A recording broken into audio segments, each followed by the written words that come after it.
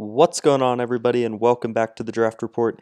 In today's video, we'll be doing our second edition of positional rankings. This time we'll be doing wide receivers, which is one of the best positions, one of the deepest positions, one of the most talented positions in this entire draft, and maybe one of the best wide receiver classes ever. We have the high-end talent. We have a lot of depth in this class, so I'm really excited to get into these rankings and show you what I think on these players.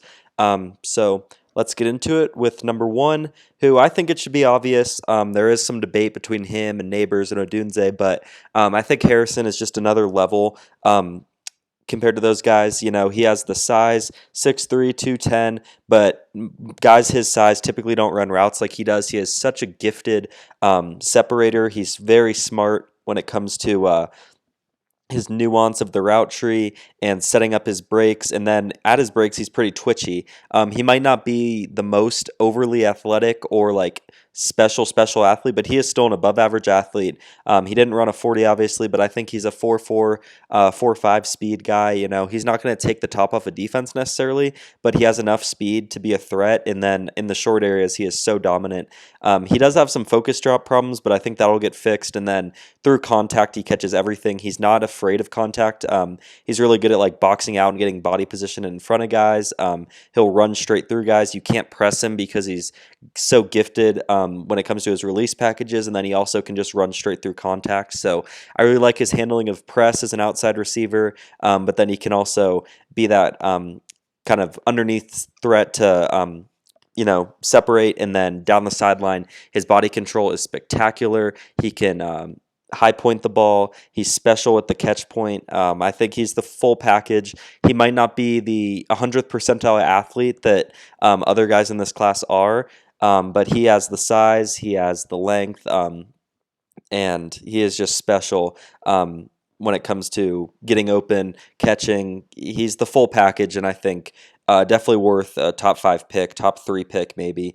He's that special. So my number 2 receiver is Malik Neighbors, and I think this is really where a debate starts. I don't think there's much of a debate between Neighbors and Harrison, but between Neighbors and Odunze, I think Neighbors is just so fast and twitchy, and that's just so special. He's not the biggest guy. He's only like 6 foot, 200, but he's kind of got this dense build, almost like a Jamar Chase or something. So he has pretty good contact balance when he does have the ball in his hands, and I think that's where he really excels the most, is as a ball carrier. I mean, when you get the ball in this guy's hands, he is electric. He has 4.3 speed, but he pairs that with great contact balance and agility to juke people out, and he's not afraid of contact. He's so hard to bring down, and then he's also so twitchy that it's just hard to get hands on him. And as a smaller guy, he can kind of just get in between tackles. So he's special with the ball in his hands, but then he's also a very gifted receiver before the catch and everything. Getting open, I don't think he's the most nuanced route runner at this point. He kind of just relies on athleticism, but he gets open with ease just because he's so twitchy. I mean, getting in and out of his breaks, he goes up to top speed so quickly, and he can get in and out of his breaks so fluidly. I think he's just almost impossible to guard. I do think he has a little more slot versatility than the other guys. I think he can stick it outside receiver, but he's not the biggest, and I wouldn't say he's some dominant ball winner in the air. So he might fit best as a slot receiver, but you know, that a lot of people think that's a knock, but guys like Justin Jefferson and CeeDee Lamb, they kill out of the slot, and I think that's kind of what Neighbors could be. This gifted separator, but he's not just going to be a possession catch guy. I mean, he is one of the most explosive threats with the ball in his hands I've ever seen at the college level, and then he can get open, but then he also catches through contact pretty well. He has solid hands. His body control on sideline catches is excellent. I don't think he's super physical at the point of attack. I think he could learn to high point the ball better and use his physicality a little more. But overall, Malik Neighbors, you just don't find guys that are this fast, this explosive.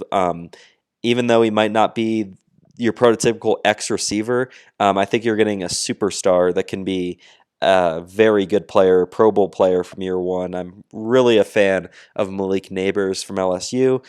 We go to my number 3 receiver. I mentioned him before, Rome Odunze. I think it's a pretty clear top 3 in this receiver class, and the reason Odunze is 3 for me is just because he's not the freakiest athlete. I think Odunze is a good athlete. I think he is a great athlete, honestly, but you're comparing him to Malik Neighbors, who is one of the most twitched up freaks I've ever seen, and then Marvin Harrison, who statistically is one of the best receivers we've seen in college in a while and is just so nuanced and everything.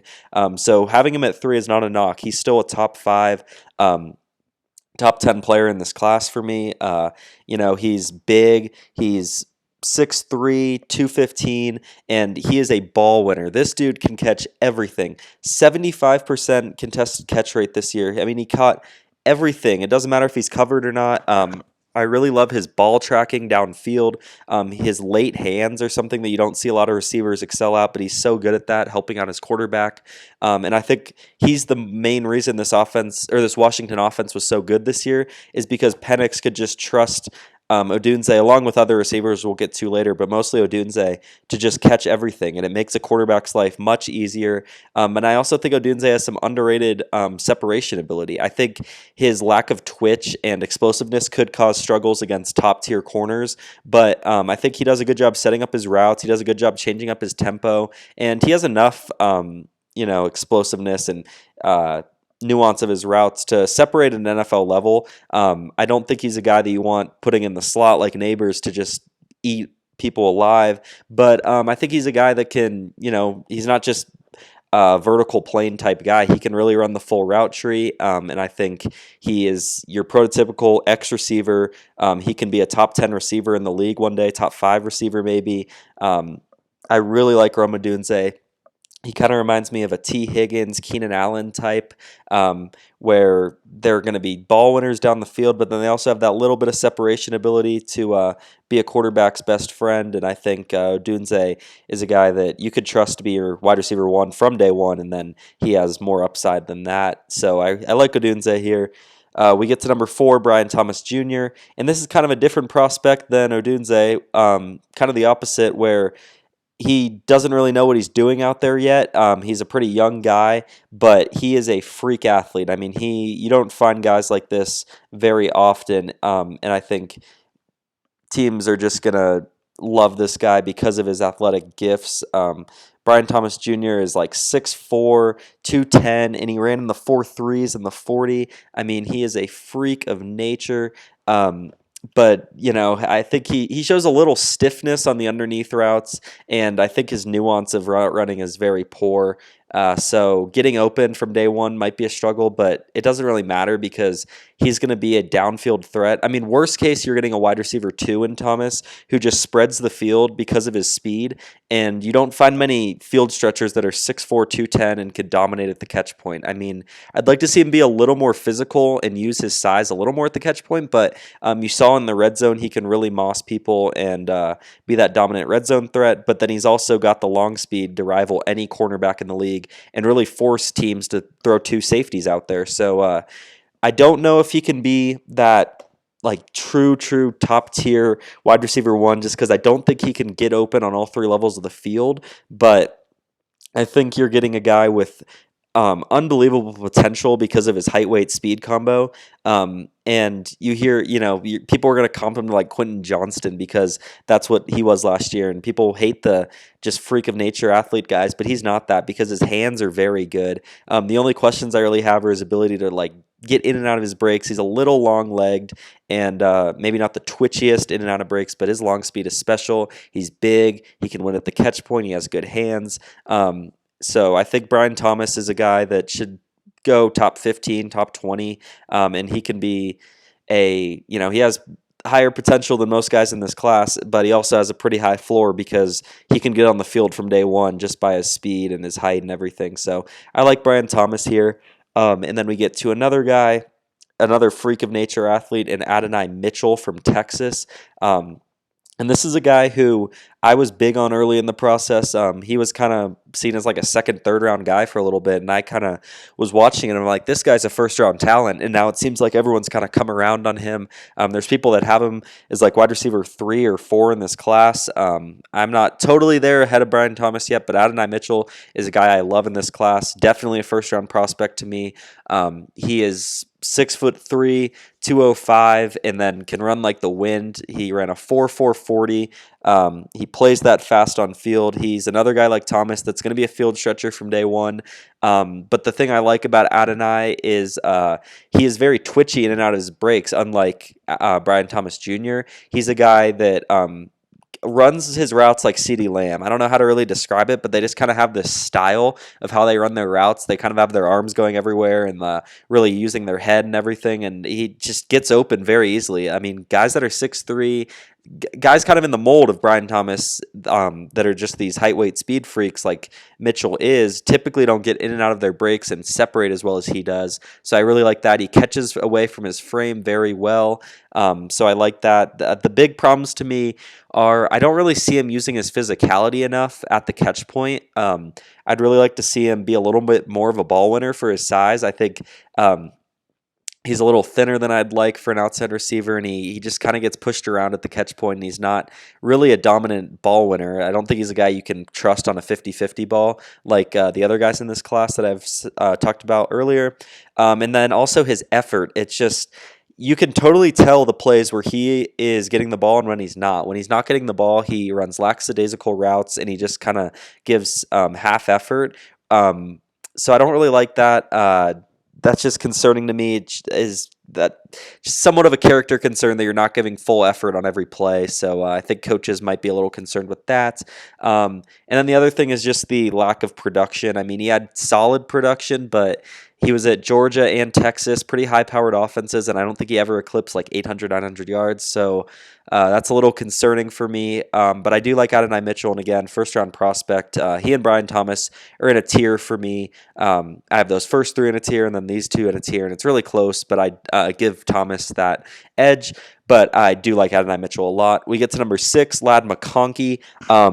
And he's kind of the first of many that are true just slot receivers in this class. I think at the top you have a lot of outside receivers, and that's what is really getting paid in the NFL. But I think slot receivers go underrated.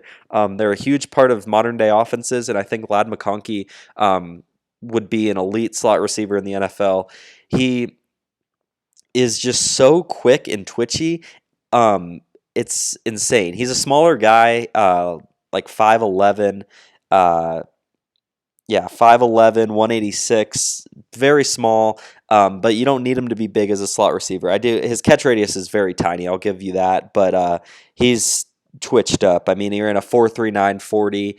He has long speed to really run vertical routes from the slot, which gives offenses a little extra edge. I don't think there's a ton of slot guys that can really stretch the field, so that will add a nice element to an offense, but then he gets open so easily. His nuance of the route tree and his ability to use tempo and head fakes and his manipulate leverage. I mean, he just gets open so easily, and it's because of his combination of quickness and twitchiness, but also his understanding of how to run routes. So I think that's something that's going to carry with him to the NFL. There's guys like Malik Neighbors I mentioned earlier who are just kind of relying on athleticism to get open. You have to kind of teach him how to really be a receiver, and I think Ladd McConkey is just the opposite of that. He has that twitchiness, but he also is just so smart when it comes to running routes. He's a reliable catcher of the football. I don't really love him catching through contact, and as I mentioned, his catch radius is very small, so he's not going to be a guy to like bail a quarterback out on a bad throw, but he's just a security blanket. I like molding these or giving a comp for these slot guys to tight ends almost. Like you see Travis Kelce, and he's just always open. You're like, how does that happen? It's because he's so smart, but he's also a pretty gifted athlete. And I'm not saying Ladd McConkey is going to be Travis Kelce, but you just kind of have those guys. I think slot receivers get underrated because they're just the security blanket of an offense. And is McConkey ever going to be a number 1 in the NFL level? Probably not, but he can be a very, very high-end number 2 that really helps an offense because he just can get open against anyone. I don't think there's a slot corner or a linebacker or anyone that can guard this guy one-on-one, and I really like Ladd McConkey for that reason. So I would take him at the back half of the first for sure, even with the injury and the size concerns.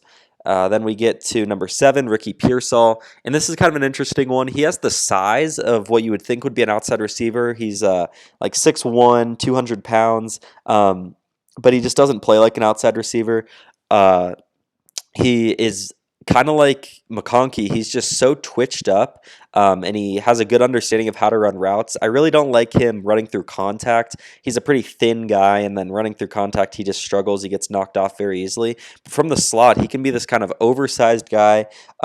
He has kind of a short catch radius as well, so he's not going to bail a quarterback out. But you see this catch he's making on the picture here. He can make a circus catch, and he is a reliable hands catcher.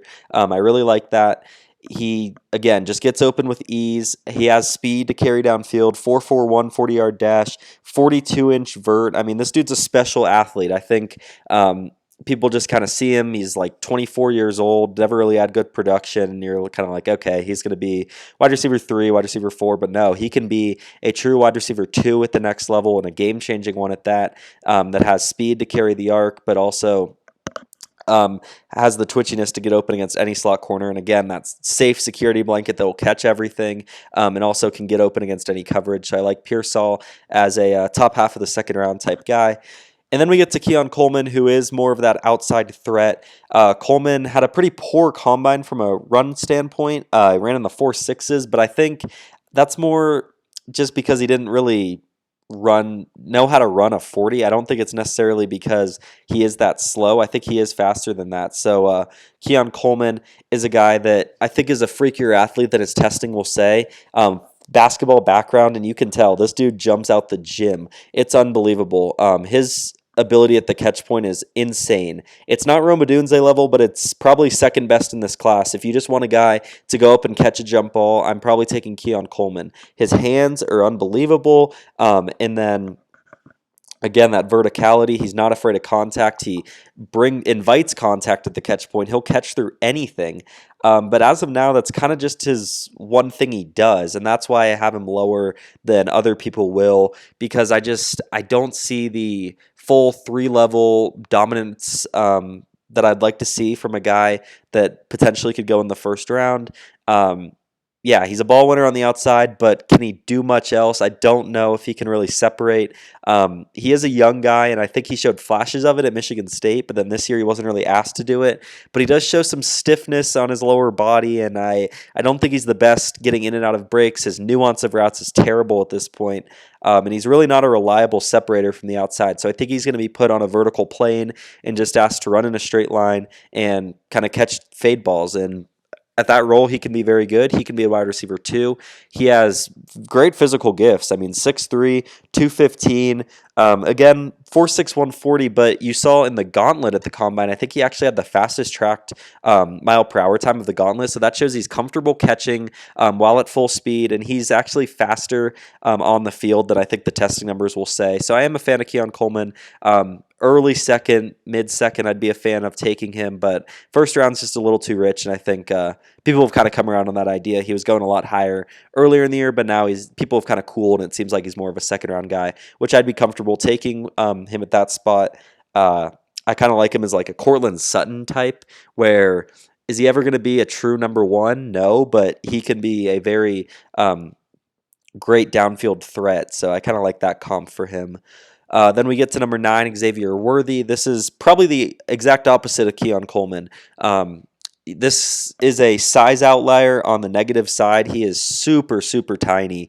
It would be very rare for someone of his size to succeed in the NFL, but if someone's going to do it, it's going to be Worthy, because this dude is one of the fastest guys I've ever seen on a football field. Obviously, he ran the fastest 40-yard dash ever tracked in combine history. Part of that's just his ability to run on a track. Like, I think Tyreek Hill's a little faster, but regardless, he's in that tier of speed with Tyreek Hill, and that alone just makes him a threat for any offense. You could throw him out there, and it pretty much forces teams to run too high safety, because no one can guard this guy one-on-one speed-wise, but that he's also so twitched up. His acceleration and his ability to get in and out of breaks is exceptional, but he is very tiny. I mean, one little punch off the line of scrimmage and press just throws him off. During his routes, if he gets contacted at all, he gets thrown off, and then he's obviously nothing at the catch point because he's 5'11", 165, so he just any amount of contact throws him off his routes so much, but I think he does a good job avoiding contact with some swipes of his hands, and he's so twitchy that it's hard to really get hands on him a lot of times. So and if you can't keep up with him by just out muscling him, there's no cornerback in the league who can like mirror this guy if you're not playing physical with him, because he is so twitched up and he's so fast. I love him with the ball in his hands. He's so explosive because he's just impossible to like grab, because he's just so electric with the ball in his hands. And as an athlete, I do worry about the size. That's why I don't have him as a first round guy like some people. But late half of the second round is this elite playmaker that just spreads the field. I really like that for him. And he's a special athlete.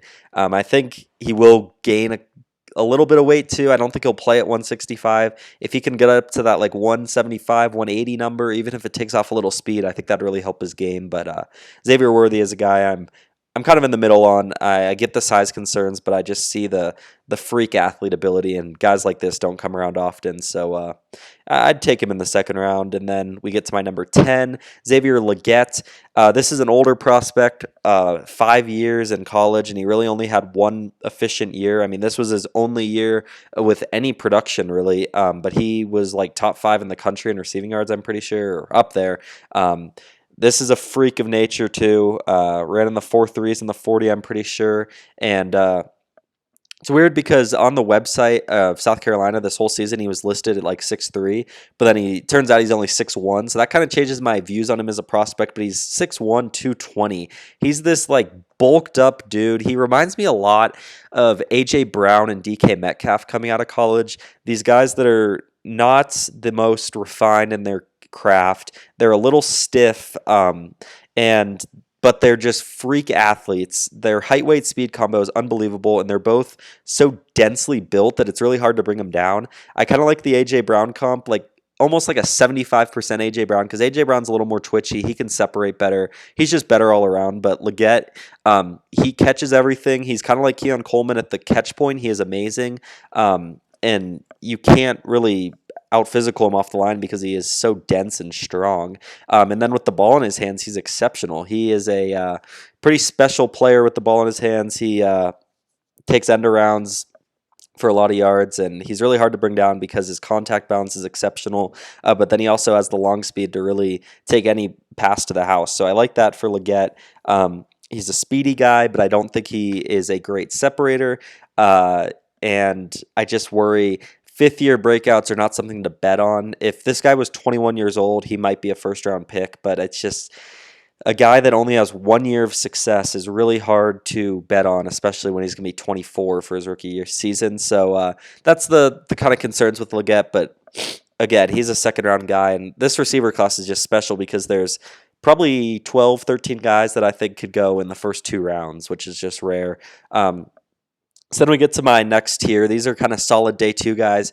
But again, even though they're in the double-digit rankings, I mean, I have these top 12 as actually the top 10 are all second-round picks, but then Burton, Polk, Franklin, McMillan, all these guys are right on the edge of being a second-round grade, and I think based on my big board, they'll probably actually go in the second round, even if I don't have a grade of that on them, if that makes sense. But anyways, Jermaine Burton, he is a speed demon, and he also has pretty good route running chops. I like that from him.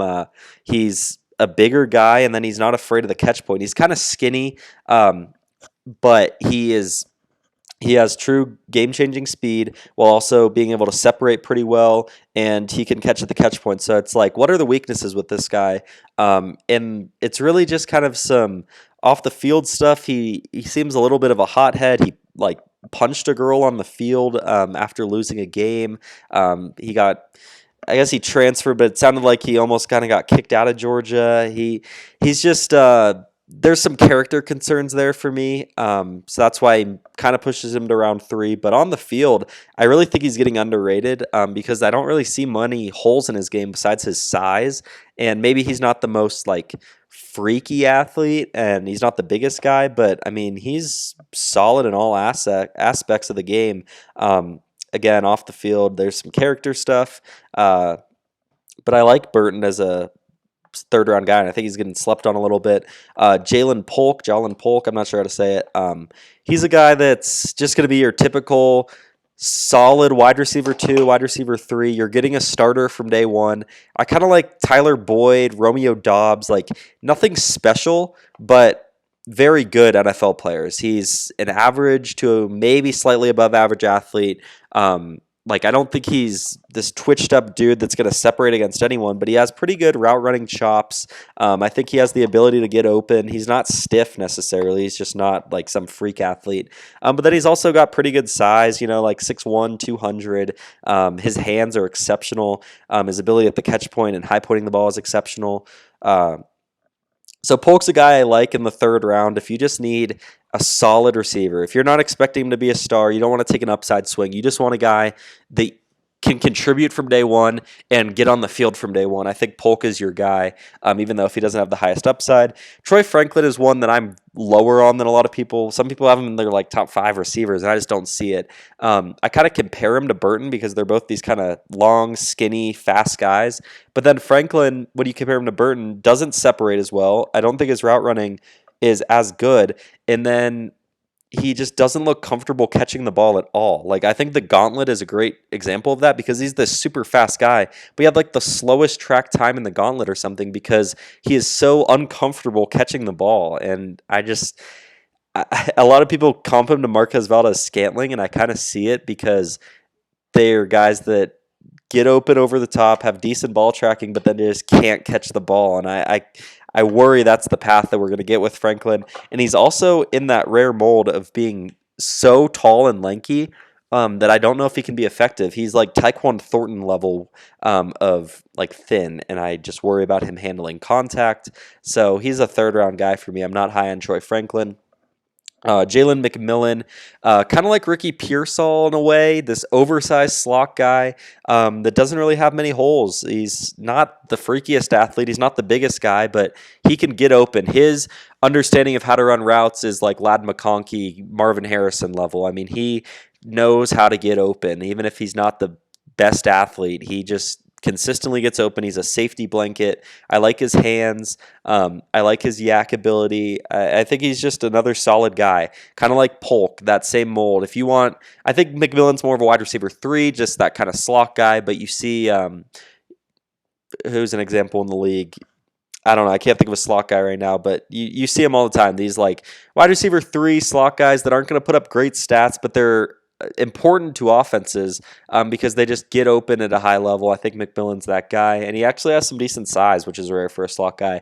But then we get to Javon Baker out of UCF. This is a guy I just got done watching. Very surprised with him. He is another one. He has good size. He's like 6'1", 200. I don't love his long speed. I don't think he's a guy that's going to burn you over the top. But for a guy of that height, he really does a good job getting open. I think it's rare to find an outside receiver that can separate to the level he can. He's pretty twitched up, and his understanding of how to run routes is excellent. He does a good job changing tempo, using rocker steps, all the typical stuff you see in the NFL to get open. He has a good understanding of that. I do worry about his hands a little bit. He does a good job consistently catching away from his body, but then he has like a 12% drop rate for his career, and he has some focus drop problems.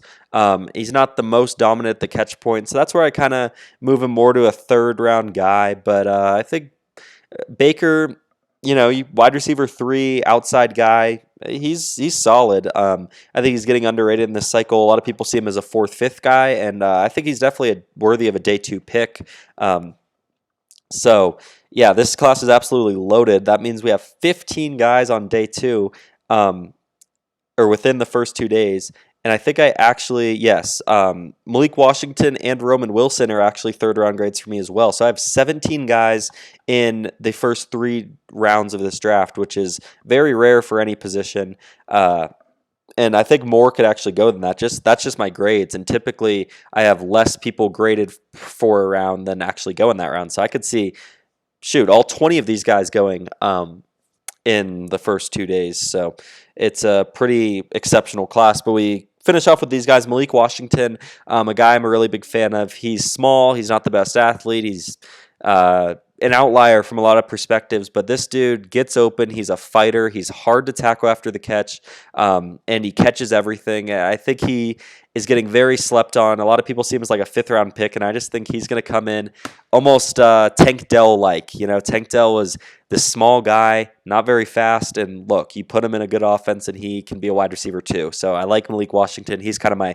sleeper wide receiver of this class. Roman Wilson's a guy I'm kind of low on. He's a very twitched-up slot guy, but his understanding of how to run routes isn't great.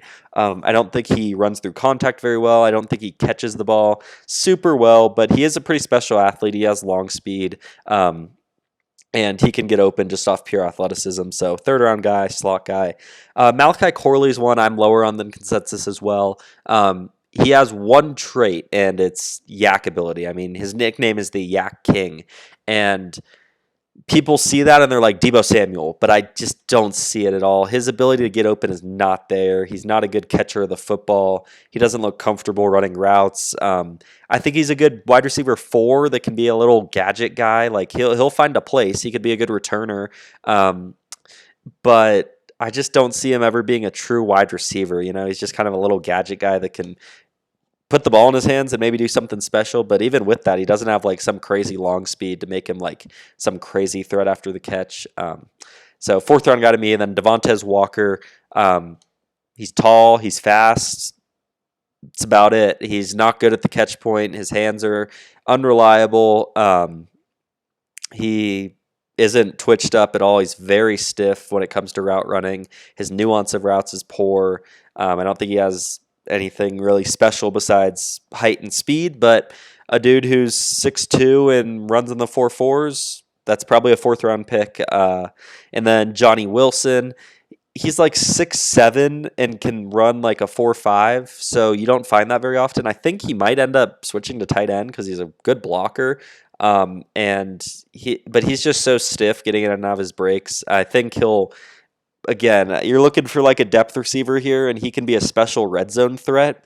But I'm not the biggest Johnny Wilson fan, but you know, he's big and he can kind of run a little bit, so maybe he's worth a shot in the 4th round. But yeah, that's pretty much it for the video. Please let me know what you think of my rankings in the comments below. And if you enjoyed the video, please like and subscribe, and I'll see you guys in the next one.